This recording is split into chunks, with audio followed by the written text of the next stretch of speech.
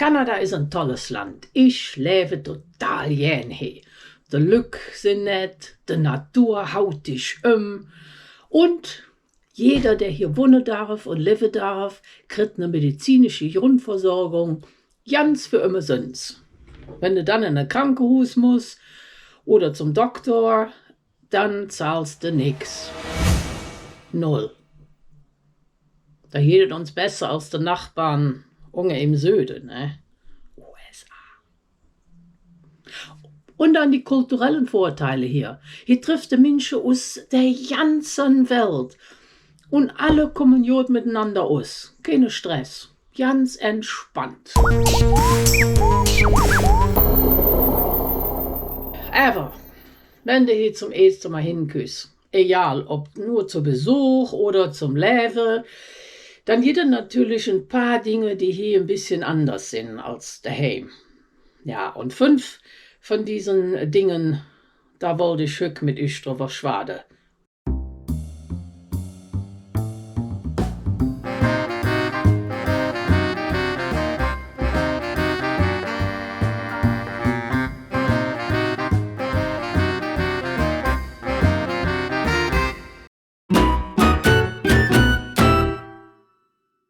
Wenn du aus Europa küsst, dann bist du ja gewohnt. Stündchen, 1,5 mit dem Auto, zack, bist du in einem ganz anderen Land. Von Köln bis zu Flück, nach Holland, Belgien, Luxemburg. Und als ich in Hamburg gewohnt habe, bin ich schon öfter mal nach Dänemark gerobt.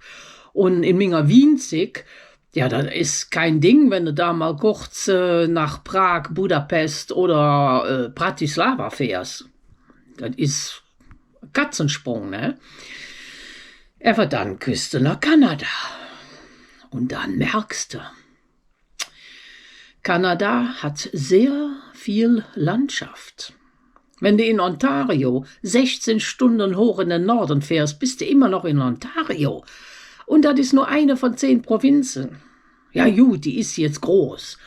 Aber nebenan ist Quebec und das ist noch viel größer. Als meine Mutter mich zum ersten Mal besucht hat hier, rief sie an vorher und sagte, ach, die Nachbarin hat mir so ein Buch mitgegeben über Kanada. Da ist so eine schöne Ort, Kelowna, kann man da hinfahren? Das ist in British Columbia. Ja, sag ich, wie lange bliebst du? Eine Woche? Ja, wenn wir durchfahren, sind wir in 3 Tagen da. 3 Tage hin, 3 Tage zurück, halbstündchen. Können wir uns Kelowna anschauen? Ja, die Tag natürlich, ich bin die am Veräppeln. Aber als sie dann hier hinkamen und wir sind immer 1 Stunde oder 2 gefahren, um die Sehenswürdigkeiten zu genießen, ne, da hat sie es verstanden. Und das gilt nicht nur für Ausflüge, selbst in unserer Stadt ist alles so ein bisschen weit verstreut. Ne? Der nächste Supermarkt ist 10 Minuten mit dem Auto entfernt. Mein Hausarzt 20 und hier meine Seniorensportgruppe, da muss ich schon 25 bis 30 Minuten fahren. Und das ist ganz normal. Deswegen hätte ja auch hier jeder ein Auto. Weil wenn du das so mit öffentlichen Verkehrsmitteln mähst, da wird das immer ein Tagestour mit Umstehen und so. Das ist leider nicht so wie bei euch. Pflückende Bahnerin und in 5 Minuten bist du in der Stadt. Also ich sage euch, in Europa sind wir schon schwer verwöhnt, wenn es zur Kultur geht. Ne? Theater, Konzerte, Ausstellungen, Museen. Also da hast du ja immer die Qual der Wahl. Und man kann es sich auch erlauben. Ne? Also in Wien zum Beispiel, als ich da gewohnt habe, da ja wird an dem Tag, wo das Theaterstück lief und es war nicht ausverkauft, ja, wird alle Karten 50% runter. Und in der Oper gibt es Stehplätze für 10 Euro. Ja, das ist doch dann machbar. Da musst du nicht super reich sein, damit du in der Oper gehen kannst. Das geht ja auch so, ne? Hier ist das dann ein bisschen anders gestrickt. Also wenn ich gutes Theater sehen will, fahre ich ja immer nach Stratford. Wunderbar, alles herrlich. Und auch wenn ich da einen Seniorenpreis kriege, dann kann es doch in das Portemonnaie gehen. Ne? Dann haben wir hier in Waterloo haben wir 2 Theater. Ein ist so ein Amateurtheater, kann man sagen. Die haben 3, 4 Produktionen im Jahr. Und dann gibt es noch ein großes, da sind dann auch schon berühmte Künstler. Aber die Ticketpreise, das kannst du dir abschminken. Ne? Also da gehst du nicht mal hin so, ach, Auch von dem habe ich gehört, der wollte ich mal schon ins Anschauen und sehen, hoffentlich ist er jetzt. Das mäßte nicht, ne? Nicht für $150 ein Ticket. Da willst du wissen, das ist gut, oder du gehst ja nicht, ne? Ja. Aber das Traurige ist auch hier, Kunst und Kultur wird nicht so richtig unterstützt finanziell, ne?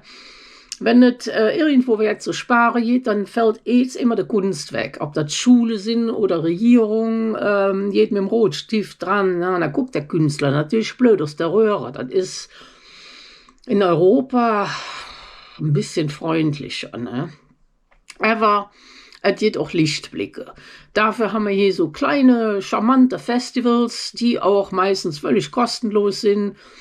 Und da muss ich sagen, das machen sie hier wirklich schön. Da hier das Konzerte im Park, Lagerfeuer am Hauptplatz, Open-Air-Kino und natürlich mein Lieblingsfestival, das Basker-Festival.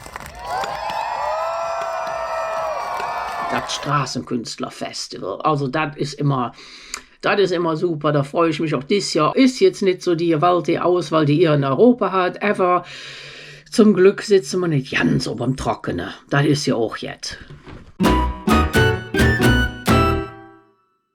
Also die Frage, die hat mich ja am Anfang total verwirrt.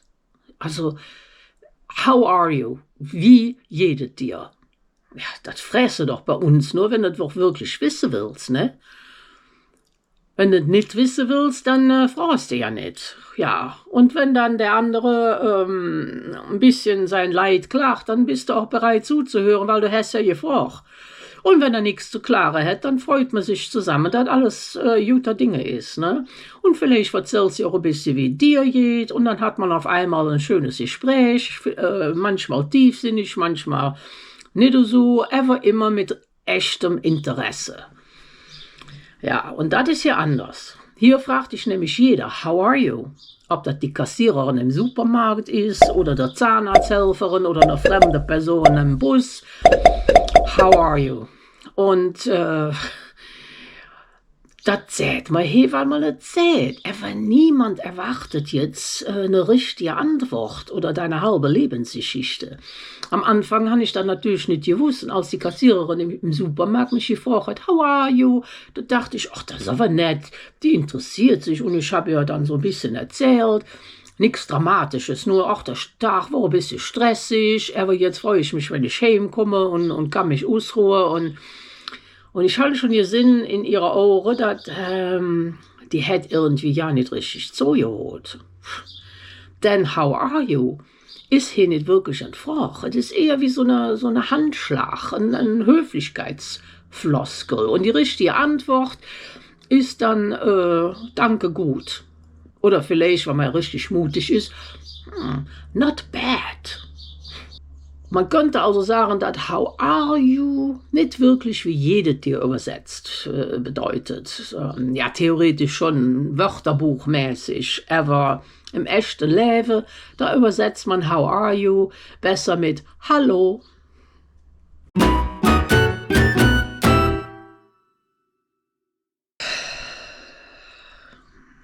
Ja, was soll ich da jetzt sagen? Also da ja wird schon zwei Sachen, die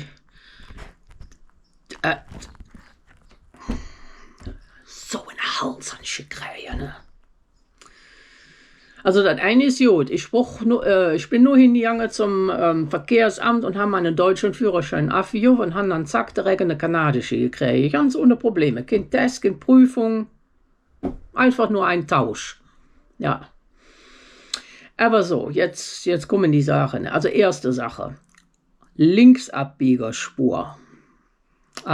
Die Ampel ist rot, vor dir sind zwei Autos, die Ampel wird grün, das erste Auto fährt 2 Zentimeter vor und wart bis auf der Gegenfahrbahn, keiner mehr gut. Biegst dann ab und dann ist die Ampel wieder rot. Ja, bist du wieder am Baden, ne? Ampel wird grün, genau das gleiche, Auto vor mir, 2 Zentimeter, wartet, fährt, Ampel rot. Endlich kam ich an der Reihe, ne? Ampel grün, ich los, direkt zack, bis auf die Mittelspur vorgefahren. links abgebogen und dann mit mir sind dann noch 2 andere Autos, konnten mit abbiegen. Ich glaube, die waren sehr dankbar, weil die haben auch ja nicht gezögert. Die sind direkt hinter mir her. Sie haben also nicht diese 2 Zentimeter Sache gemacht, sondern sind mit um die Ecke. Also wenn man mal links abbiegen will und du hast ein paar Autos vor dir, brauchst du sehr viel Geduld. Sehr viel. Die zweite Sache, der Autobahn. Da gibt es immer diese Fahrer, die gemütlich auf der Mittelspur entlang fahren. Die überholen nicht, die fahren dann nur, weil sie, ja, die wollen in der Mitte sein. Und da sind sie auch in ihrer kleinen Welt, haben Träume in der Mitte. Ja, ich bin so ja von Toronto bis nach Hus nur auf der rechten Spur gefahren, weil da kein so. Die waren alle in der Mitte oder links, ne, zum Überholen. Rechts war ja keiner. Die ganze Strecke durch bis nach Hus. Kriegst du in Deutschland normalerweise ein Ticket, weil ich habe natürlich alle überholt, ne, auf der rechten Spur. Das darfst du ja nicht in Deutschland. Ja, hier darfst du es offiziell auch nicht, aber man kriegst da hier kein Ticket für. Ja. Ja, das ist ein Witz. Und wo ich aber einmal richtig beeindruckt war, das war eine Ampelausfall an einer ganz großen Kreuzung. Also da war ich baff.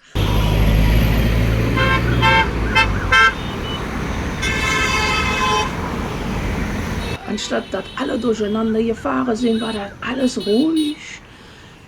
Man fuhr wie im Fluss, und zwar haben wir hier eine Regel, die heißt der 4-Wege-Stopp.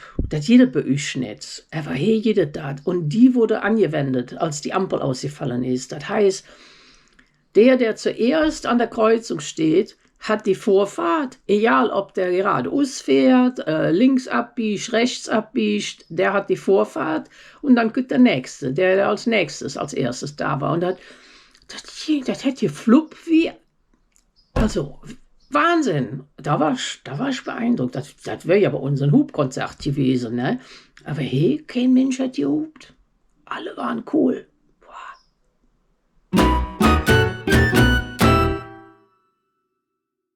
In keinem Land der Welt wird so oft sorry gesagt wie hier in Kanada. Also, wenn du jemandem aus Versehen auf der Fuß trittst, ne, dann sagt derjenige sorry, obwohl du ja eigentlich schuld warst. Ja, so läuft das hier. Hier wird sich ständig entschuldigt. Und die Kanadier, die haben so einen eingebauten Entschuldigungsreflex. Ne? Sorry, hörst du den ganzen Tag. Für die kleinsten Dinge. Wenn du kein Kleingeld an der Kasse hast. Wenn du jemanden um einen Gefallen bittest, obwohl das sein Job ist, dir den Gefallen zu tun. Ist immer sorry.